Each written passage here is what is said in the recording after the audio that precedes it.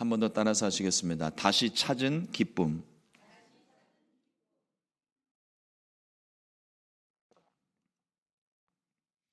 오늘 함께 봉독한 누가복음 15장 1절로 7절의 말씀을 가지고 다시 찾은 기쁨이라는 제목으로 함께 말씀의 은혜를 나누겠습니다. 2026년 구원의 즐거움을 회복하라는 말씀에 집중해서 말씀을 좀 나누고 살펴보기를 원합니다. 바깥의 날도 추운데 우리 옛날 얘기 한번 하고 말씀을 좀 시작했으면 좋겠어요. 옛날에 어느 마을에 성실하고 정직한 나무꾼이 살았습니다. 어느 날 나무를 하다가 실수로 도끼가 물에 빠졌어요.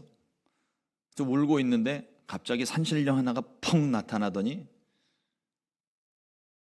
금도끼를 보여주면 이 도끼가 네 도끼냐? 아닙니다. 은도끼를 보여주면 이 도끼가 네 도끼냐? 아닙니다.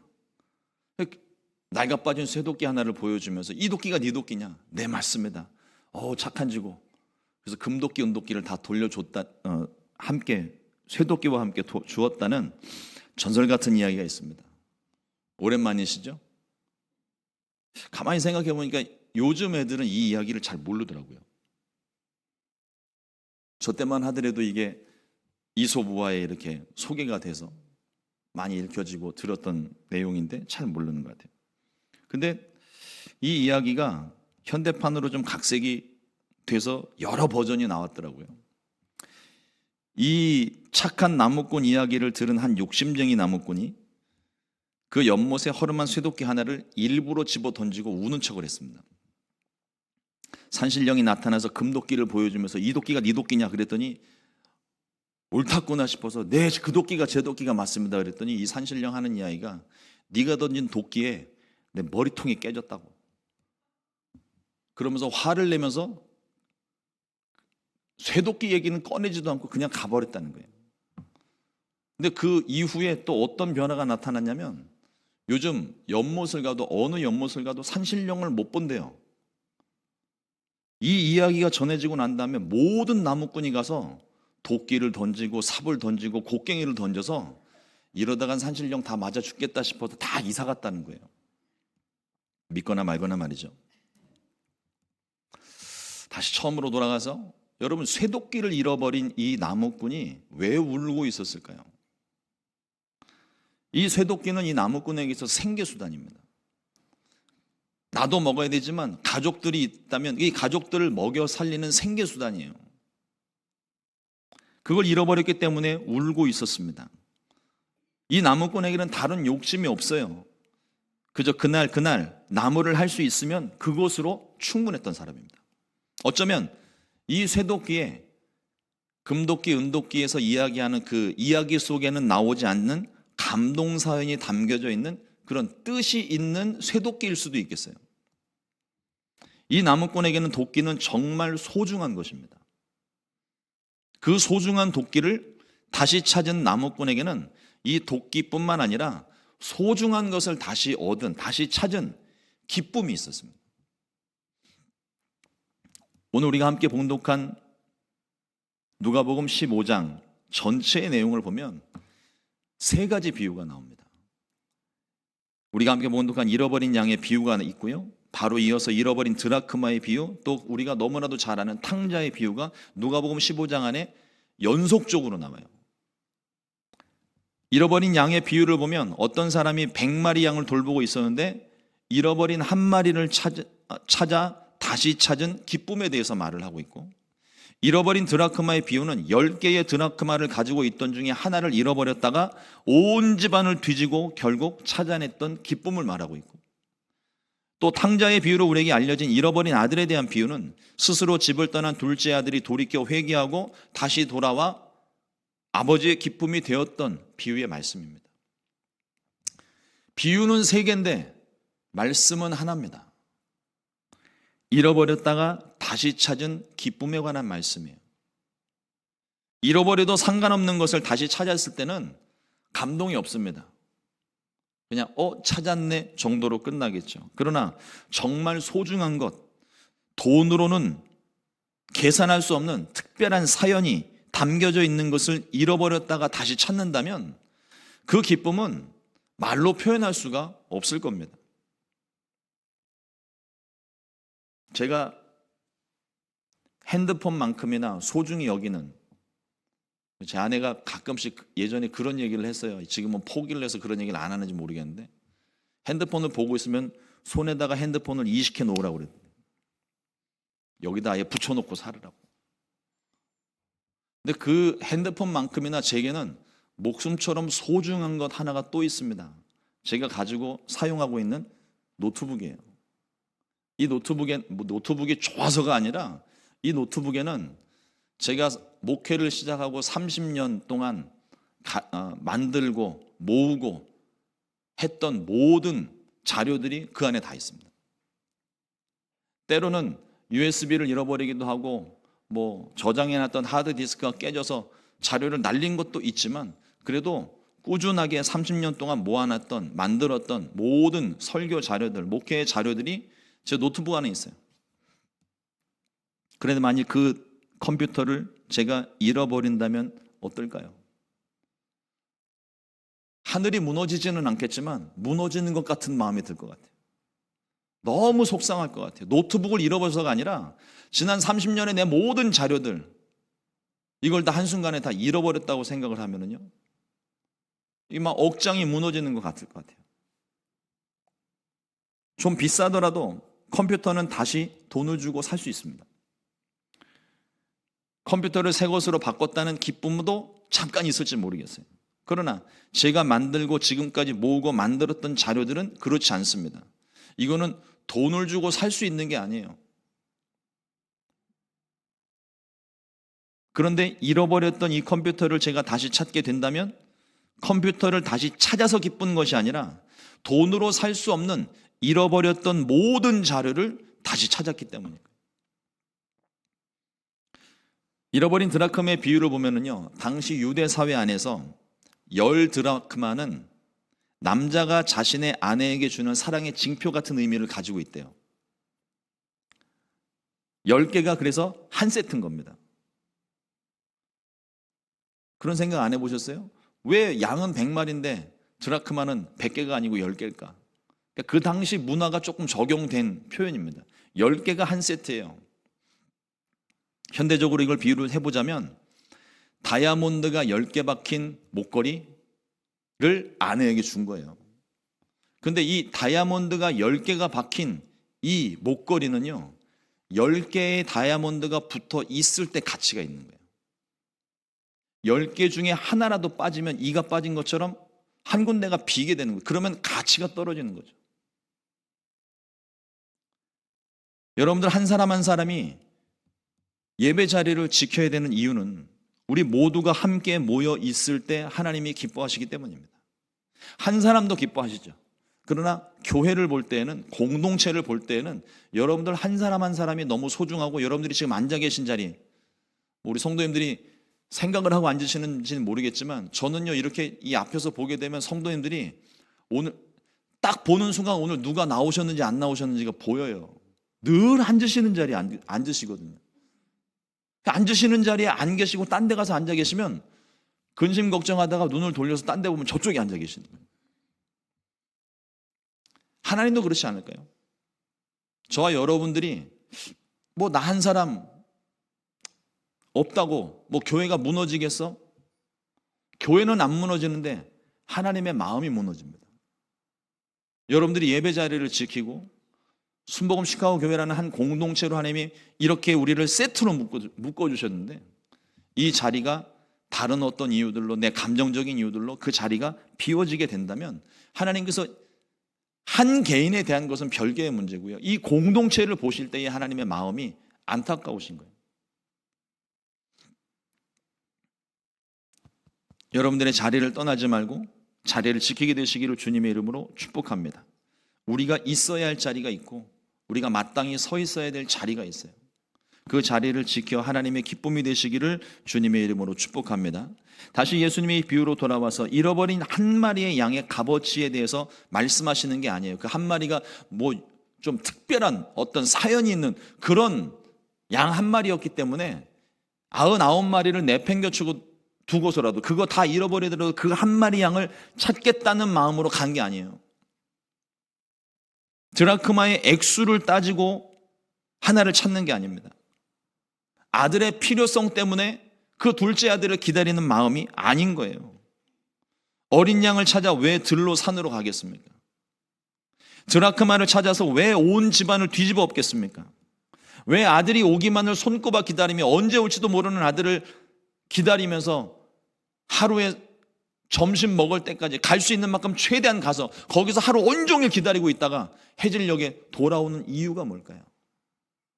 값어치가 아니라 존재에 대한 이야기입니다. 값이 문제가 아니라 없으면 안 되는 소중한 존재라는 거예요.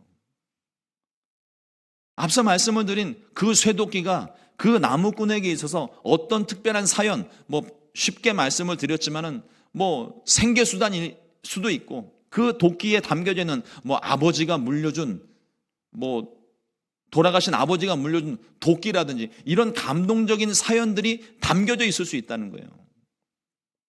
그렇기 때문에 그에게 있어서 그 금도끼는 굉장히 소중한 가치가 있는 겁니다. 이건 돈으로 살 수 있는 게 아니에요.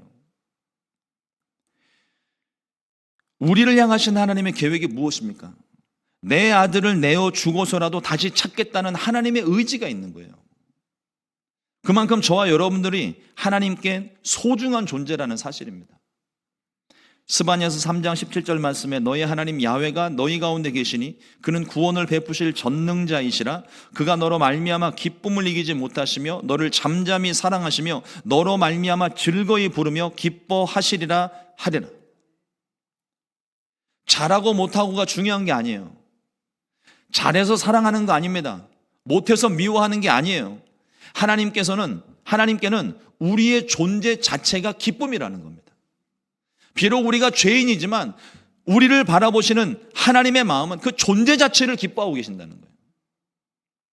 속 썩이던 아들이 집 나가면 속이 후련한 게 아니라 근심만 더 커져요. 속을 썩이더라도 눈에 보이는 게 부모님 마음에 더 편한 겁니다.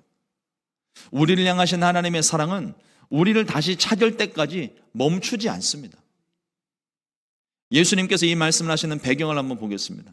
예수님은 사람들이 거부했던 죄인들과 세리들과 함께 앉아 식사를 하고 계셨어요. 이 모습을 보고 바리새인들이 예수님을 비난하기 시작합니다. 그들의 기준으로는 죄인과 세리는 하나님 나라에 들어갈 수 없고 함께 동석할 수 없는 자들이에요. 그래서 아예 상종을 하지 않습니다. 그런데 주님의 기준은 이 바리새인들의 기준과 달랐어요. 오히려 비난받아 마땅한 자들과 함께 앉아 식사를 하셨습니다. 왜 그렇게 하셨을까요? 예수님은 잃어버린 자를 찾으러 세상에 오셨기 때문입니다. 누가복음 19장 10절 말씀에 인자가 온 것은 잃어버린 자를 찾아 구원하려 함이니라. 바리새인들과 서기관들 그리고 유대인들은 잔치에 먼저 초대받은 사람들이었어요. 그러나 그들은 초대를 거부하고 자기들의 입장만, 자기들의 기준만 고집을 합니다. 초대해 주셔서 감사한데 나는 제사를 드리러 가야 되고 나는 소를 팔러 가야 되고 밭을 갈러 가야 되고 장가도 가야 되고 할 일이 너무 많아서 못 가겠습니다. 초대는 받았는데 그들의 기준 때문에 그 초대를 거부해 버린 거예요. 그러나 자신들의 죄와 연약함을 인정하고 주님의 이 초대에 응한 죄인과 세리와 고아와 여인들은요, 위로가 필요한 사람들입니다. 하나님의 위로가 필요한 사람들이에요. 그러니 그 초대를 받았을 때 이 사람들이라고 밭 갈러 가는 일이 없겠습니까? 제사할 일이 없겠습니까? 장가 가는 일이 없겠습니까? 하지만 그 모든 것들을 뒤로 하고 나를 위로하시는 주님 앞에 초대에 응하여서 순종하여 왔다는 거예요. 사랑이 필요한 사람들입니다. 주님이 필요한 사람들이에요. 이 사람들이 나중에 초대받은 잔치의 주인공이 됩니다. 예수님의 말씀을 듣는다고 다 깨닫는 게 아니죠. 들을 귀가 있는 사람들은 들을 수 있습니다. 깨달을 수 있습니다. 들을 귀가 있는 사람들은 예수님 말씀에 공감하고 믿고 순종하는 사람들이에요. 모든 세리와 죄인들이라고 오늘 말씀에 표현하고 있지만 세리와 죄인 전체가 아니라 들을 귀가 있는 죄인과 세리들이에요. 들을 귀가 없는 죄인과 세리들은 들어도 깨닫지 못합니다. 그 사람들이 바리새인들이에요. 자기네들이 죄인이면서도 죄인인지를 깨닫지 못하고 주님이 말씀을 하시는데도 그 말씀 깨닫지 못하고 분명 그들이 귀로는 들었지만 그것을 이해하지 못하는 것. 깨닫지 못하니까 순종할 수도 없는 거죠. 지식은 있는지 몰라도 자기들 기준으로만 판단하고 정죄하는 사람들입니다. 그러나 들을 귀가 있는 사람은요, 마음이 상한 자들입니다. 심령이 가난한 사람들입니다. 자신이 죄인임을 깨닫는 사람이에요. 이와 같은 사람이 주님의 말씀을 들을 수 있습니다. 이와 같은 사람들이 들을 귀가 있는 사람이에요. 내가 죄인인 것을 아니까, 주님이 무엇을 말씀하시는지를 내가 아니까. 그러나 자기 의로만 가득한, 내 기준으로만 가득한 이 사람은요, 귀가 굳어서 어떤 말씀을 하셔도 이 말씀이 들리지가 않습니다. 원래는 하나님의 백성이었지만 어긋난 길로 나가고 자신들의 이익과 욕심을 따라 나간 백성들이 회개하고 돌아온다면 그럼 하나님이 얼마나 기뻐하실까요? 지금 예수님을 향하여 비난하는 이 바리새인들 중에 자신이 죄인임을 깨닫고 굳어버린 귀를 다 부셔버리고 내가 죄인입니다, 하나님 앞에 와서 엎드리는 사람 한 사람이 있다면 주님이 얼마나 기뻐하셨겠어요? 예수님은 회개하고 돌아오는 한 영혼을 얻기 위해 이 땅에 오셨습니다. 여러분, 회개는요, 주님께로 돌아오는 거예요.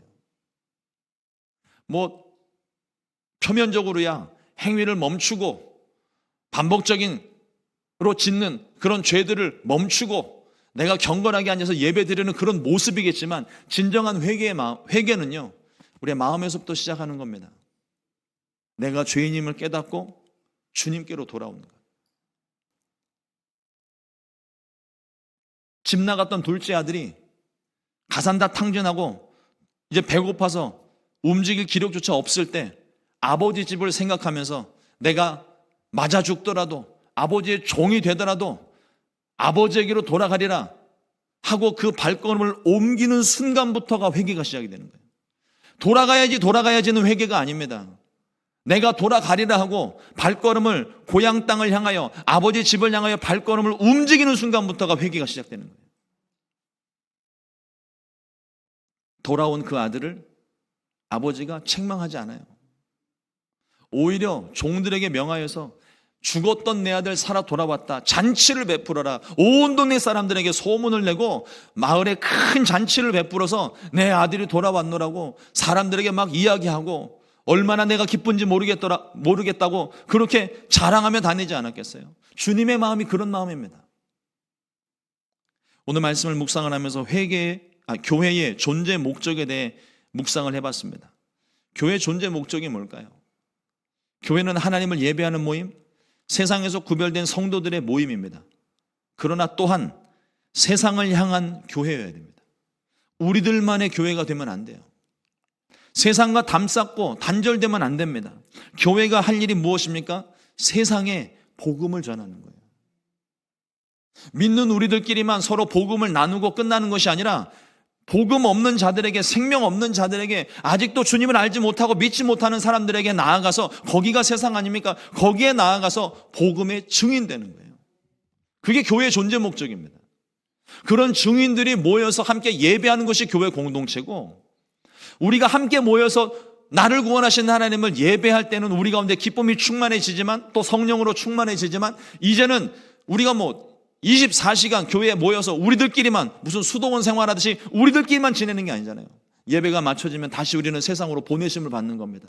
나의 삶의 자리로 다시 돌아가는 거예요. 그 자리로 돌아가서 우리가 해야 되는 일은 내가 믿는 예수님, 나를 구원하신 주님, 나를 위해서 십자가에서 죽으시고 죽기까지 나를 사랑하신 주님, 그 주님으로 말미암아 내가 생명 얻었던, 다시 찾아 하나님의 자녀가 된 이 기쁨을 가서 전하는 거예요.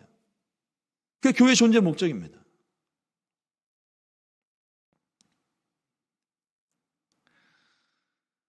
그리스도인은 즐거워하는 자들과 함께 즐거워하고 우는 자들과 함께 울어야만 합니다. 이게 우리끼리만 돼서는 안 된 거예요. 주님이 그렇게 하셨습니다. 죄인과 세리들과 함께 하셨어요. 말씀 안에서 이 죄인과 세리들이 곧 세상인 겁니다. 주님이 그들에게 다가가셨고 그들과 함께 있었습니다. 그들을 위로하셨어요. 주님이 죄인들과 함께 계신다면 교회도, 우리 모든 성도들도 죄인들과 함께 있어야 됩니다. 이 말이 그들과 함께 죄를 지으라는 말이 아니겠죠. 어렵고 힘든 사람들, 방황하는 사람들, 그들 곁에 있어야 그들을 주님께로 인도할 수 있습니다. 그들과 담쌓고 있다가 성탄절 때가 되어서, 부활절이 되어서, 어떤 특별한 절기가 되어서 그들에게 가서 예수 믿고 같이 교회 갑시다. 옛날에는 사람들이 속았는지 모르는데 이제는 사람들이 안 속아요. 갑자기 이 교회 저 교회에서 물건 바리바리 싸들고 와가지고 막 그 앞에서 막 찬양을 하고 전도지를 나누고 웃으면서 기뻐 춤추고 막 뛰는 그 모습을 딱 보면 세상 사람들이요, 아이고 시즌이 됐네, 부활절인가 보다, 성탄절인가 보다. 이제는 세상 사람들도 다 안다고요. 그런 어떤 특별한 때에만 와서 복음을 전하는 것이 아니라 늘상 우리가 그들과 함께 있어야 되는 거예요. 주님이 그들과 함께 계시기 때문에 나도 거기에 가는 겁니다. 거기에 주님이 계시지 않는다면 우리가 거기 갈 필요 없어요. 그러나 주님이 연약하고 소외되고 헐벗고 굶주린 자들, 그들과 함께 하시며 그들을 위로하고 계신다면, 아니 주인이 지금 거기 가서 그들을 위로하고 있는데 종된 우리가, 자녀된 우리가 방에 앉아갖고 아이고 아버지 수고하십니다 이러면 안 되겠죠. 주님이 거기 계신다면 나도 같이 동참하는 겁니다. 그게 복음의 증인된 삶을 살아가는 거예요. 어려운 사람들을 위한 구제가 필요합니다. 그러나 구제로 끝나면 안 됩니다. 주님은 소외되고 고통받는 자들을 위해 오셨지만 그들을 구제해 주는 데 끝나지 않았어요. 그들이 치료받고 문제를 해결하는 것보다 구원 얻는 것, 영생을 얻는 것, 생명을 얻는 것, 그 죽었던 내 아들이 다시 사는 것을 하나님이 더 기뻐하십니다. 사랑과 선행의 대가로 예수님을 믿게 하는 것도 아닙니다.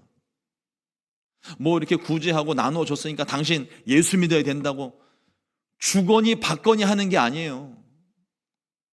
사랑과 선행을 통해 따뜻한 위로의 말 한마디, 사랑의 행동 하나가 그들의 마음을 열게 되는 것이고 그들의 마음에 주의 복음이 전해져야 되는 겁니다. 복음을 듣고도 받아들이지 않는 사람에 대해서는 어쩔 수 없겠지만 구제와 함께 주님은 반드시 증거돼야 됩니다. 말로든 행동으로든 주님이 나타나고 증거가 돼야 되는 것이겠죠.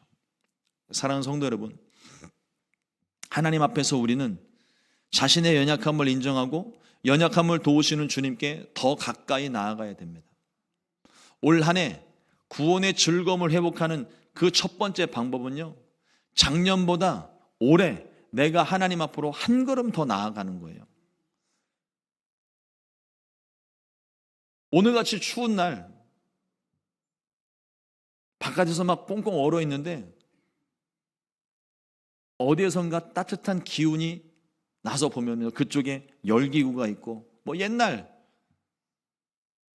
막노동을 좀 해보신 분들은 아시겠지만 공사판에서 막 일하다가 점심때가 되면 이렇게 드럼통 같은 거에 나무 막 넣어놓고 막 불을 활활 떼고 있어요. 그러면 그 주변으로 사람들이 이렇게 삥 둘러섭니다.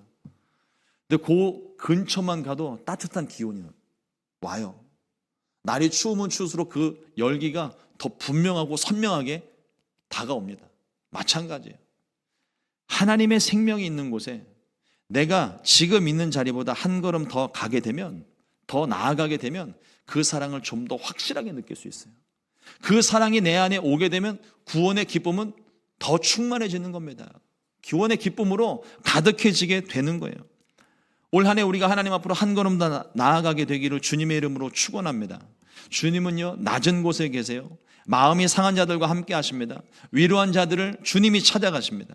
그리고 집 나간 아들이 아버지를 찾아 돌아오고 길을 잃고 방황하는 한 마리 양을 찾듯 찾아 나서고 무리에서 이탈한 드라크마와 같은 사람들을 다시금 주님께로 우리가 인도해야 되는 거예요. 이 사명이 우리 가운데 있는 겁니다. 이것이 주님이 가장 기뻐하시는 일이에요. 주님이 지신 십자가의 고통은 말로 설명할 수 없을 만큼 크고 아팠지만 해산의 고통보다 더 큰 십자가의 고통으로 잃어버린 자녀를 마침내 다시 찾으셨습니다. 얼마나 기쁘셨을까요?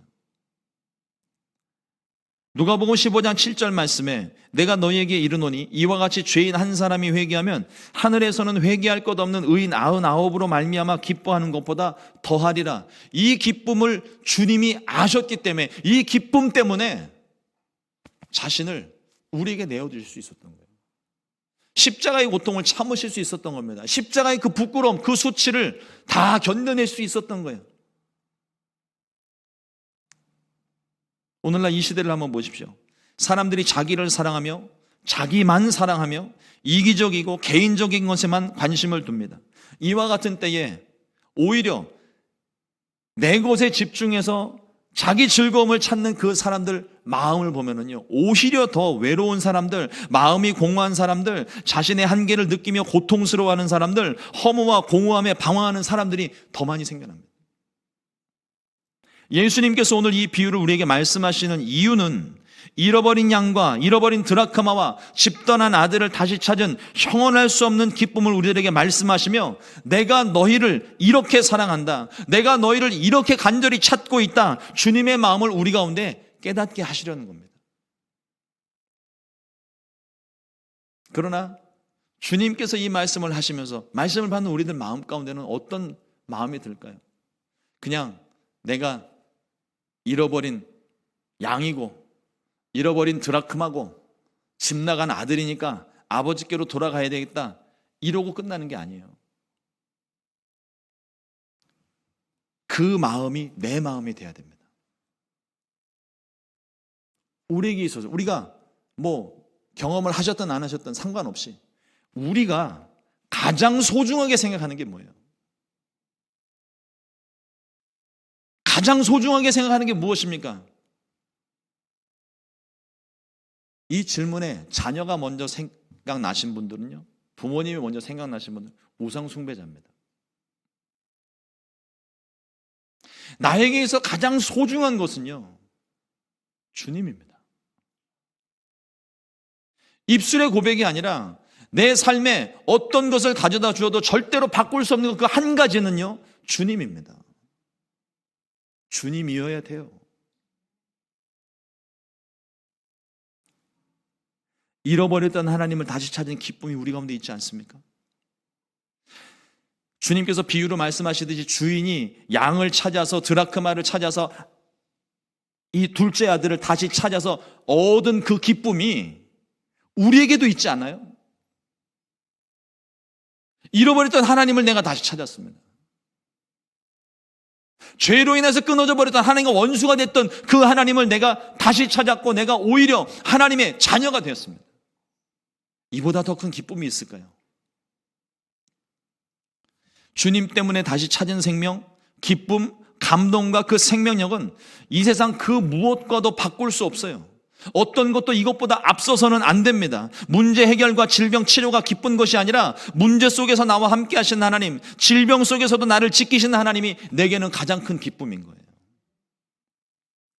내게 가진 것이 아무것도 없어도 하나님만 있으면 나는 다 얻은 사람입니다. 내가 가진 것이 아무리 많고 부족함이 없더라도 하나님을 잃어버렸으면 난 다 잃어버린 사람이에요. 오늘 저와 여러분들에게 하나님이 회복되기를 주님의 이름으로 축원합니다. 그래서 이 하나님을 다시 찾은 기쁨이, 하나님이 함께 하시는 기쁨이, 나를 구원하신 하나님을 다시 찾은 기쁨이 저와 여러분들의 삶에 충만하게 되시기를 주님의 이름으로 축원합니다. 기도하겠습니다. 좋으신 하나님 감사합니다. 오늘도 주의 말씀을 허락하여 주시고